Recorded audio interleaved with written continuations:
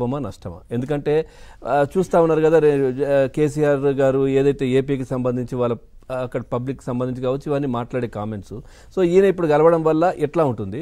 తర్వాత గతం ఎప్పుడో హాస్పిటల్లోనే గెలవాల్సింది, కానీ ఈ రోజు ఇంట్లో ఇంతసేపు సమయాన్ని ఆయన కేటాయించడం, తల్లికి ఒక 15 నిమిషాలు, చెల్లికి ఒక 15 నిమిషాల సమయాన్ని కేటాయించడం ఎట్లా చూస్తారు? అట్లాగే షర్మిల కాంగ్రెస్ పార్టీ విలీనం. పవన్ గారు, మీకు ఏబిఎన్ యాజమాన్యానికి, వీక్షకులకు, మరి జ్యోత్స్న గారికి అందరికి కూడా ముందుగా నా నమస్సుమాంజలి.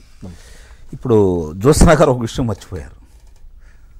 బిడ్డగా అంటే కొడుగ్గా విఫలం చెందారు, అన్నగా విఫలం చెందారు, ముఖ్యమంత్రిగా విఫలం చెందారు, కానీ పార్టీ అధ్యక్షుడిగా కూడా విఫలం చెందారు మేడం. ఇది ఒకటి గుర్తించు. ఎందుకంటున్నారంటే ఈరోజు మీరు ముందు ఈ అంశంలోకి వచ్చిన తర్వాత మిగిలిన విషయాలకు వెళ్దాం. ఈరోజు ముఖ్యంగా వాళ్ళు కలవడానికి ఒక కారణం ఉంది. ఈరోజు షర్మిల గారు కాంగ్రెస్ పార్టీలో చేరుతున్నారనే ఒక విషయంతో ఆంధ్ర రాష్ట్రంలో ఇప్పుడు వాళ్ళకి మొన్నటిదాకా చంద్రబాబు నాయుడు గారు, లోకేష్ బాబు గారు వల్ల పునాదులు కదిలిపోయినాయి, పీఠం కదిలిపోయింది, తెలుగుదేశం పార్టీకి అధికారంలోకి వస్తుందనే ఒక నిర్ణయానికి ప్రజలు వచ్చారని చెప్పి వాళ్ళకి అర్థమైపోయింది. వాళ్ళకి తోడు ఈరోజు పవన్ కళ్యాణ్ గారు అనే ఒక వ్యక్తి వాళ్ళకి తోడయ్యాడు. గౌరవప్రదమైన స్థానాలు వస్తాయా రావా అని చెప్పి సందిగ్ధంలో ఉన్నారు. ఇప్పుడు మూలిగే నక్క మీద తాటికాయ పడింది. షర్మిల అనే వ్యక్తి అక్కడికి వస్తుంది కాబట్టి ఎంతో కొంత, అంటే ఎందుకు వస్తుంది, ఎందుకు నష్టం అనేది నేను కొంచెం వివరంగా చెప్తాను మీకు. నేను వైఎస్ రాజశేఖర రెడ్డి గారి వల్ల 2004లో 2009లో కేంద్రంలో కాంగ్రెస్ పార్టీ అధికారంలోకి వచ్చిందని చెప్పి బలంగా కాంగ్రెస్ శ్రేణులు నమ్మాయి. అట్లానే ఆయనకి ఏకచక్రవర్తిగా ముఖ్యమంత్రి పదవి ఇచ్చారు. తర్వాత కూడా ఆయనే అయ్యారు 2004 తర్వాత, 2009 తర్వాత. ఆ రోజు కాంగ్రెస్ పార్టీ అభిమానులందరూ కూడా రాజశేఖర రెడ్డి గారి అభిమానులుగా మారారు. అట్లాంటి రాజశేఖర రెడ్డి గారు చనిపోయిన తర్వాత ఆయన కుమారుడికి ముఖ్యమంత్రి ఇవ్వకుండా రాజశేఖర రెడ్డి గారి కుటుంబానికి అన్యాయం చేసింది కాంగ్రెస్కి బలంగా నమ్మిన కాంగ్రెస్ శ్రేణులు, ముఖ్యంగా ఆంధ్ర రాష్ట్రంలో ఆయనకి మద్దతుగా నిలబడ్డారు. ఉప ఎన్నికల్లో భారీగా విజయం చేకూర్చడం కూడా జరిగింది. ఆ తర్వాత జరిగిన పరిణామాలను చూసుకున్న తర్వాత మళ్ళీ తిరిగి ఆయన్నే అధికారంలో తీసుకురావడానికి ప్రయత్నం చేశారు.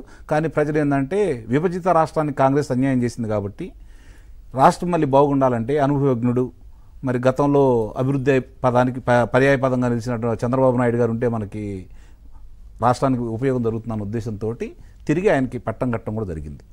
సరే, చెప్పకూడని అబద్ధాలు చెప్పారు.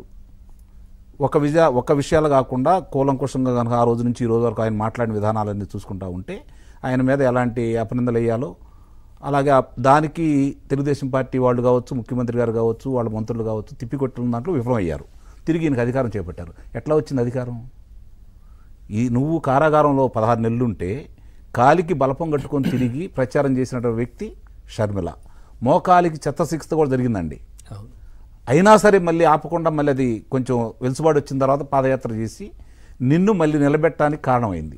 ఆ రోజు ప్రజలు ఏం భావించారంటే, కాంగ్రెస్ అంటే జగన్మోహన్ రెడ్డి గారు, జగన్మోహన్ రెడ్డి గారు అంటే రాజశేఖర రెడ్డి గారి బిడ్డ కాబట్టి ఇప్పుడు ఆయన కాంగ్రెస్ దూరంగా పెట్టింది కాబట్టి మనందరం కూడా ఆయన ఏమిటి ఉందామని చెప్పి నిలబెట్టేశారు. అవును, ఒక ఆడపిల్ల అన్న కోసం ఇంత తిరుగుతూ ఉంది. సో బాగా సానుభూతి బాగా వచ్చేసి. ఇందాక మేడం గారు చెప్పారు అన్న వదిలిన బాణం ఎక్కడ తిరుగుతుందని చెప్పని. కరెక్ట్గానే తిరిగింది అన్న వదిలిన బాణం.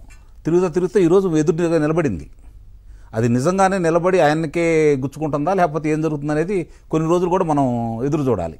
ఇప్పుడు ఎందుకంటే ఇప్పుడు ఈ రోజు ఎందుకు వచ్చారని చెప్పని మీరు అడిగిన ప్రశ్నకి నా దగ్గర ఉన్నటువంటి సమాధానం చాలా ముఖ్యమైనది, వాస్తవం కూడా. అది ఈరోజు మళ్ళీ షర్మిల గారికి ప్రచారం ఎక్కువ వస్తుందేమో, దాని గురించి మిగిలిన వాళ్ళందరూ మాట్లాడుకుంటారేమో, దాన్ని పక్కదారి పట్టించాలనే ఒకే ఒక్క కారణం, ముఖ్య కారణం. అంతేనా? నిస్సందేహంగా, దాంట్లో ఎలాంటి సందేహం కూడా లేదు. ఎందుకంటే ఈరోజు అక్కడి నుంచి బయటకు వచ్చే వాళ్ళని చూసుకుంటా ఉంటే అతి ముఖ్యులు, ఆయన భక్తులు, విశ్వాసపాత్రులు అనుకున్న వాళ్ళందరూ కూడా ఈరోజు మరి ఆళ్ల రామకృష్ణారెడ్డి అనే వ్యక్తి, మంగళగిరి శాసనసభ్యులు, ఇప్పుడు షర్మిల గారు ఎంట నడుస్తానని చెప్పని తేల్చెప్పేశారు. అలాగే విజయవాడకు సంబంధించిన మల్లాది విష్ణు గారు కూడా కాంగ్రెస్ పార్టీ ఏమంటే నడుస్తానని సిద్ధపడ్డాడు. ఆ రోజు అభిమానులుగా ఉన్నవాళ్ళు, రాజశేఖర రెడ్డి గారు వీరాభిమానులు అందరూ కూడా జగన్మోహన్ రెడ్డి గారిని రాజశేఖర రెడ్డి గారిగా చూసుకున్నారు కాబట్టి ఏమంటే నడిచారు. ఇప్పుడు నీ కుటుంబానికి ఆ రోజు